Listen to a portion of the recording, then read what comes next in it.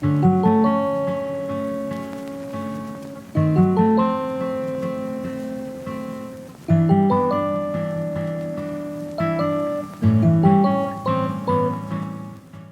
everyone, so hari ini saya nak tunjukkan beberapa pop-up card yang saya beli dekat Central Market beberapa bulan lepas. Saya pun tak ingat dah, tapi saya suka dengan pop-up card ni sebab design dia menunjukkan suasana kampung dan suasana kedai-kedai Melayu yang lama. So, harga dia dalam RM18 untuk dua design dan diperbuat oleh Locamade. So, kalau nak tahu lebih lanjut tentang produk ini, silalah ke website yang di bawah. Dan stay tune sampai akhir untuk tengok keempat design yang saya beli, okey?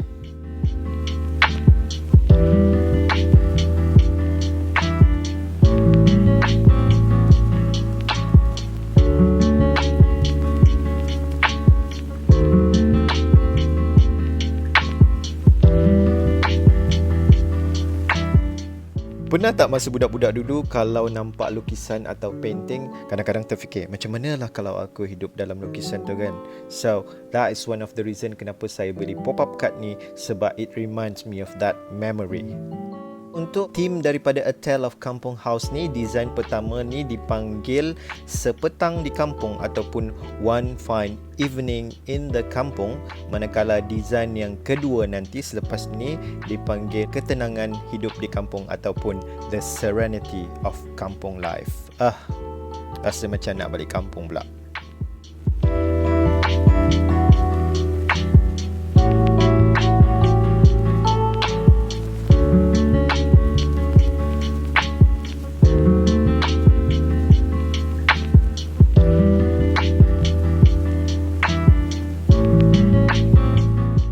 Untuk dua design yang berikut ni memaparkan suasana kedai-kedai di Malaysia yang lama. I think kedai-kedai ni pun masih wujud sampai sekarang.